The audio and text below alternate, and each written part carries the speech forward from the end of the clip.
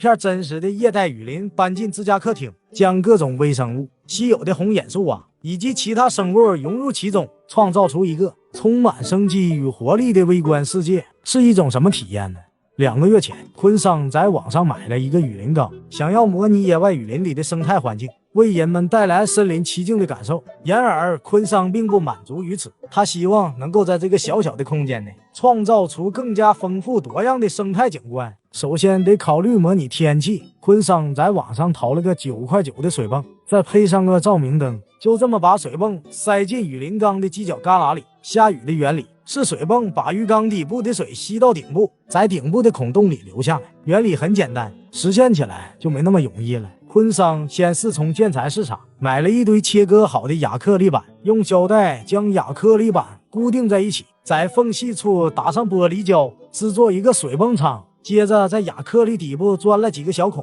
这样水就能穿过土壤流入水泵舱了。然后把水泵舱同样用玻璃胶固定在鱼缸里，接着在雨林缸顶部用亚克力板钻几个小孔，做成了一个滴水装置。这样一来，水就可以通过水泵从鱼缸里抽出来，然后在这些小孔里慢慢的流下来，看上去就像是真的下起了雨。在水泵舱的外面放了一些过滤棉，还有一些底滤板，然后在底滤板上铺满了陶粒作为雨林缸的基质，把椰土和腐殖土加水搅拌均匀后涂在底滤板上，接着把底滤板用玻璃胶粘在雨林缸壁上。然而这事儿并没有想象中的顺利，在底部铺上网布，然后在上面铺上一层细颗粒的火山岩，这些火山岩可是细菌微生物的温床。接着又在上面铺上一层泥土混合物，在前面的角落里留了一片区域作为一个小小的池塘，为那些小动物们提供水源。昆桑还找来了一根葡萄牙原木桩，放在雨林缸的中央，作为未来树蛙栖息的地方。他还在网上购买了各种各样的雨林植物，种在雨林缸里，希望能够建立一个小型的生态系统，让它自行运转。为了保持生态缸的清洁，昆桑还引入了一些小清洁工，比如那些长得普普通通的小鼠妇。这些小家伙喜欢吃腐烂的木头和植物，再加上一些生命资源，所以它们的数量就可能会迅速增长。此外，昆桑还引入了一些小跳虫，它们也能帮助维护生态缸的清洁。昆桑还在缸里撒上了一些落叶，为这些小清洁工提供了藏身之处。这些价格昂贵的鼠妇虽然长得可爱，但实际上并没有太大的用处，它们的存在主要是为了美观。为了提高土壤的活力，昆桑还在缸里放了一条蚯蚓，蚯蚓可以增加土壤的透气性，分解有机物质。最后，昆桑还添加了一些小蟋蟀，为整个生态系统增添了生机与活力。7天后，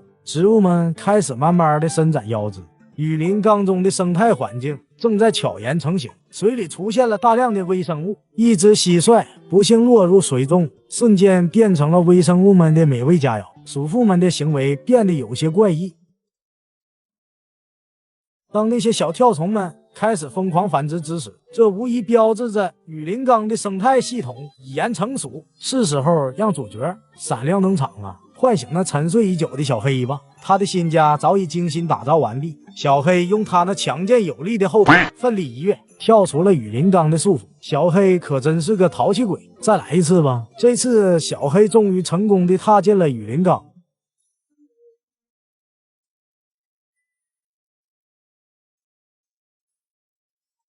8天后，昆桑来观察雨林缸，缸内留下了小黑活跃的足迹。那片叶子上竟然有一坨粑粑，嗅着那股独特的气味，向前探索。昆桑惊喜地发现，那片叶子背后竟隐藏着小黑的身影。有时他会静静地趴在玻璃上打盹儿，一睡便是整整1亿光阴，时间仿佛在他身上静止流转。当青蛙们陷入梦乡之际，植物们却依然忙碌不停。随着光照强度的不断变化，它们也随之发生了翻天覆地的改变，长出了粗壮的根系。60天过去了，植物们已然长成了茂密的森林，遮蔽了大部分的阳光。看来得进行一番修剪工作了。池塘里的水也该换一换了。小黑找到了新的睡觉的地方，植物们通过雨水滋润自己。昆桑还特意添加了一台雾化器，以确保雨林缸始终保持湿润状态。看着雨水纷纷落进池塘里，内心也随之变得宁静祥和。夜幕降临之际，小黑也从梦中醒来。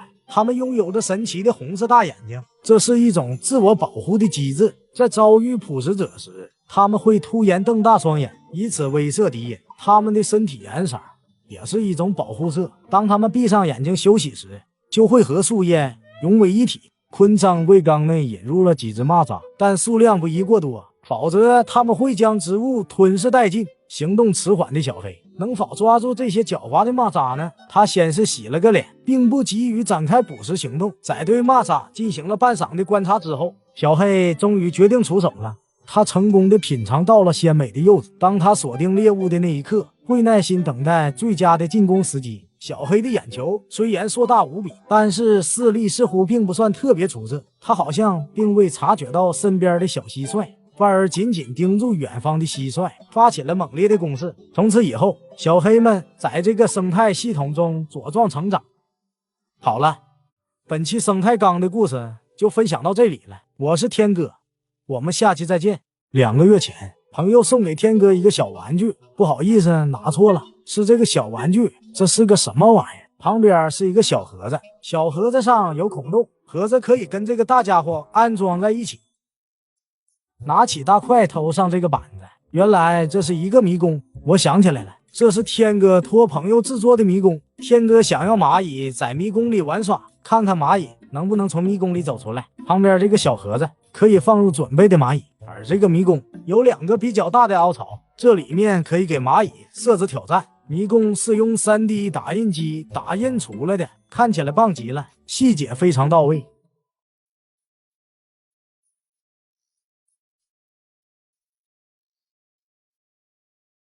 把小盒子接到迷宫上，这块板子就是透明盖板，把上面的保护膜撕下来，放在迷宫上看一下，严丝合缝。盖子和迷宫上有小洞，是固定盖子螺丝的孔位。在固定螺丝之前，我们先在大凹槽里加入一些细沙子，用毛刷给它铺平。那么右边这个小凹槽里放些什么挑战呢？正好天哥在家里的角落里发现了一只蝎子，把它放进去吧。好家伙，正好放进去。那么沙子的这边放什么呢？那必须是蚂蚁的好朋友蚁丝了。好家伙，这蝎子满迷宫里乱跑，跑到了沙坑里，把天哥给吓一跳。我们先把蚁丝扔沙子里面，蚁丝看着蝎子，蝎子看着蚁丝，他们谁都不想先动。最后蝎子看到敌众我寡，先跑了。蚁丝们觉得安全后，开始在沙子里挖坑。过了一会儿，蝎子又回来了，他才想明白自己是只蝎子，不用怕比自己小10几倍的蚁丝。等天哥抓蚂蚁回来，蝎子已经无影无踪。那么挑战就缺少一个英雄，去哪里再找一个小宠物呢？天哥把目光看向墙角的电源线上，这不就来了吗？电线上有一只小跳蛛，得来全不费功夫，把蜘蛛侠放进这个凹槽里，把小盒子上的盖子盖好，亚克力盖板也用螺丝固定好。我们需要给小宠物一个适应的时间。1天后，来看看迷宫里的大凹槽里，好家伙，这怎么搞的？哪里都是沙子。蚁丝们挖出了3个陷阱，再看看小跳蛛，看起来还不错。天哥在蚁槽里随即抓了一只蚂蚁，把它放入小盒子中，把盖子盖上。蚂蚁会做什么呢？它好像根本就不想进入迷宫，还是它看不到迷宫的入口呢？它在盒子里转来转去，嗅探所有的地方，就是不往迷宫里走。看来迷宫还是缺少了点东西。天哥在迷宫的中间放入了一些蜂蜜，接着再多放入1只蚂蚁到盒子里。1只蚂蚁已经进入了迷宫。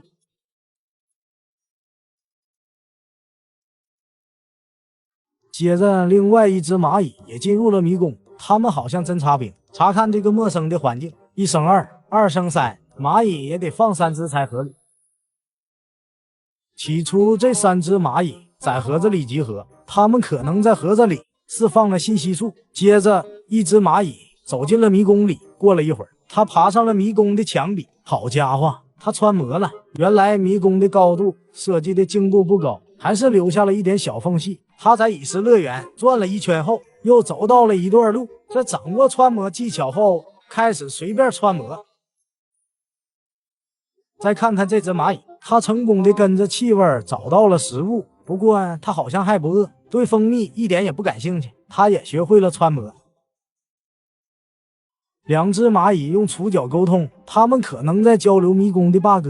一段时间后，好家伙，一只蚂蚁直接穿模走出了迷宫，那能引吗？自言是不能的，必须给它整回去。接着再给迷宫放3只蚂蚁，一共6只蚂蚁。很快，一只蚂蚁不小心掉进了蚁石陷阱里，像个可怕的百慕大三角一样。从上面看，这个沙坑把蚂蚁牢牢地吸了进去。2分半后，蚂蚁就消失在了沙子中。要想让迷宫里热闹起来，天哥抓了只蚊子，给迷宫里来点乐趣。在狭窄的空间里，蚊子没有飞行，而是像蚂蚁一样走了起来。接着放入一只蚁狮，让它和蚂蚁公平竞争。一开始，蚁狮好像睡着了，它一动不动，而旁边的蚂蚁和蚊子玩起了猫抓老鼠的游戏。一只蚂蚁表演起了杂技，直接在光滑的亚克力板上倒着行走。那只喜欢穿模的蚂蚁1秒钟不穿模就浑身难受，它来到了右边的角落，转角遇到爱跳蛛，好像有点害怕蚂蚁，这是怎么回事？蜘蛛居然会怕比自己体型小的蚂蚁，看来跳蛛是一个社恐人士。他的反应倒是把蚂蚁也吓跑了。沙坑这边又出事了，又一只蚂蚁掉进了陷阱里，而另外一只蚂蚁好像在旁边很焦急，想要救它，又不知道用什么办法。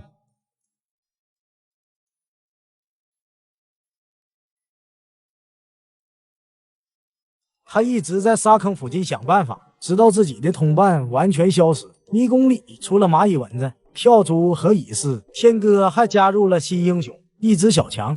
小强走到了迷宫的转角，他犹豫了。小强非常谨慎，做事有分寸，是小强的爸爸从小活到死的重生经验。小强来到了悬崖边，他不敢往前走，往前一步是黄昏，退后一步是银生。小强不想玩心跳，活着才是最重要的。小蚊子倒是连滚带爬，已经走了大半个地图。天哥决定加入一个新的选手，一只果蝇。不知道这体型小巧的果蝇能不能顺利的从迷宫中走出来呢？1分钟后，果蝇领了盒饭，它成了蚂蚁的零食。好了，本期迷宫的故事就分享到这里了，我是天哥，我们下期再见。2个月前，昆桑想要养一种小宠物，那就是沙漠雨蛙，也叫馒头蛙，学名叫闪油短头蛙。近些年在宠物市场非常活跃。对于一种新生宠物，昆桑的第一感就是：这种宠物是保护动物吗？它是可以合法饲养的吗？毕竟这年头饲养一个大哥的都有可能获生一对人镯子。沙漠雨蛙有很多种，这2种哪一种可以合法饲养呢？2种都不行，只有这种可以合法饲养。那么这玩意儿去哪里买呢？普通的宠物商店好像没有，只能去网上买了。昆桑找到了一个卖家，3只沙漠雨蛙，要价4500八，买了它们有种又疼的感觉。这玩意儿怎么比一头猪都贵呢？下单后就是等待馒头蛙的到来了。在这个时间里也要准备饲养的环境，网上推荐的这种小颗粒好像不太适合，这一点也没有非洲的感觉。准备一个鱼缸，底部铺上细沙子，混合腐殖土，顶部铺上粗颗粒的刺芋土，放一个水盆给它们洗澡和喝水，撒上一些枯叶装饰一下。馒头蛙原生地在非洲，那地方应该很热，加一盏灯给它们提供温暖，给泥巴上喷水打湿，一个馒头蛙饲养箱就做好了。3天后，昆桑收到了一个包裹，馒头蛙到了，看一下这些可爱的小家伙，看起来不太真实，肥嘟嘟的小屁屁，就叫他们小黑吧。昆桑小心翼翼地把它们捧在手心。有人说它们很难养活，所以昆桑买了3只，看看能活下来几只。看一个宠物能不能养活，就看它吃不吃东西。如果它开口吃东西，那么它活下去的几率还是很大的。把小黑们放进他们的新家里，相对小一些的是男生，比较大的2只是女生。进入新家后，小黑们就躲进了苔藓里。再放入一些小蟋蟀后，小黑们还是无动于衷，并不想吃东西。可能是运输造成的不适，让小黑们暂时还没有食欲。他们开始挖土，用强有力的后腿在泥土上挖洞，把自己埋起来。养了它们就好像养了盆土。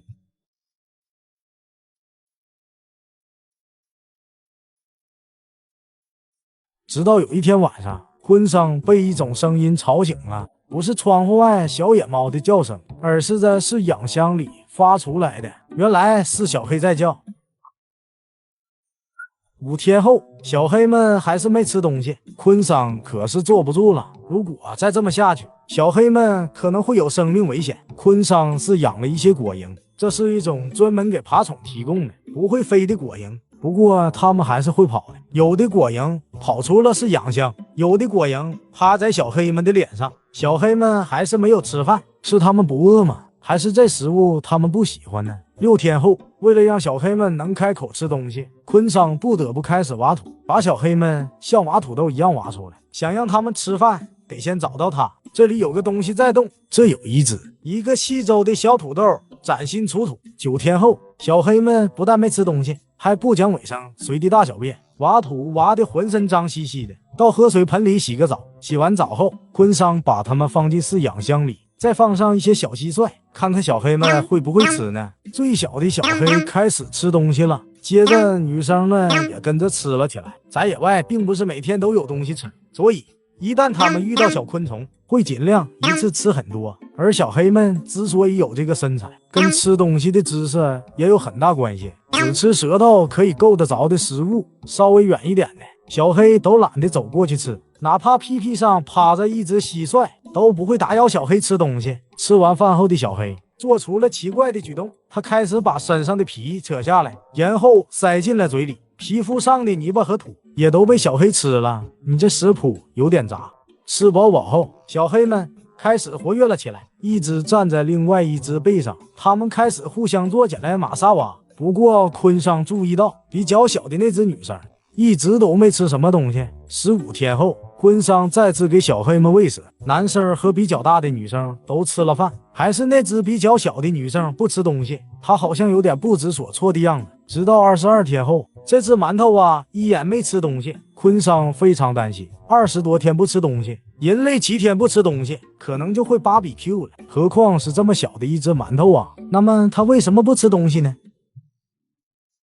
？24天后，这只小馒头在饲养箱里爬来爬去，可能是饿了，但是给它什么都不吃。而最大的那只馒头在玻璃旁边挖的洞，可以在侧面观察得到它。28天后，昆桑找了块烂木头放进饲养箱里，在他们不想挖土的时候也有躲避的空间。3、4天后，这只小黑还是没吃东西，可能接近人类让他们压力更大，也许模拟大自然可以帮助它。既然是叫沙漠雨那当大自然下雨的时候，野外会冒出很多小昆虫，小黑们感觉到了潮湿，就会在土里醒过来找东西吃。一开始小黑还有点害羞，在刚刚钻出土后，又把头埋进了土里。当身边出现很多昆虫后，这只小黑终于开口吃东西了，总算看到了希望。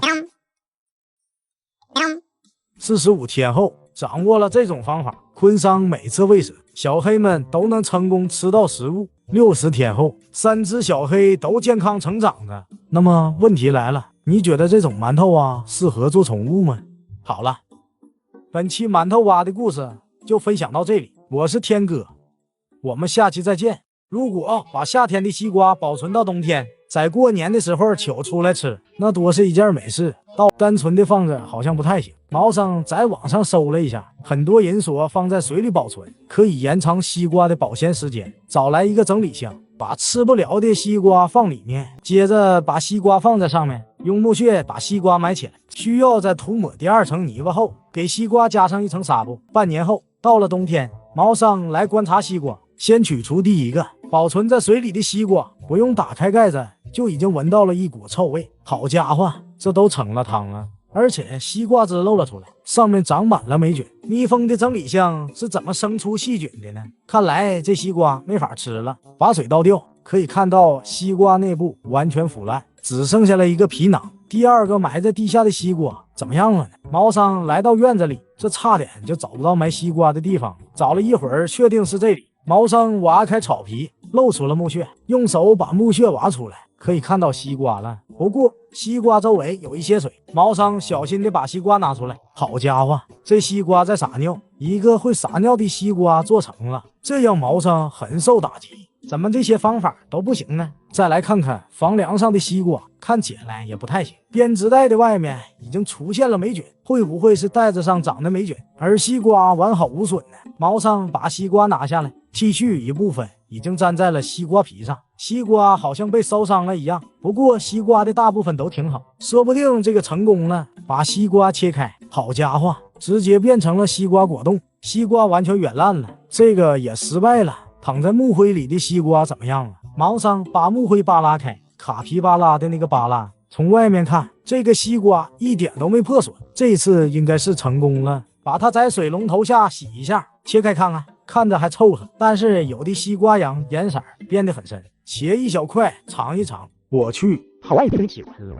这个也失败了。那么保存的西瓜还剩下最后一个，就是西瓜皮涂抹了泥巴那个神奇的泥巴，可以给毛桑最后的希望吗？毛桑用刀子轻轻地戳破泥巴，整个西瓜好像被一个泥巴衣服包裹着。把西瓜从泥巴里拿出来，这西瓜沉甸甸的，感觉有了。用刀子切开，看着很不错，闻起来也没啥问题，就是吃了一口，毛桑感觉到了大海的味道。看来这些方法都不可行。那么你知道怎么保存西瓜吗？好了，本期西瓜的故事就分享到这里，我是天哥，我们下期再见。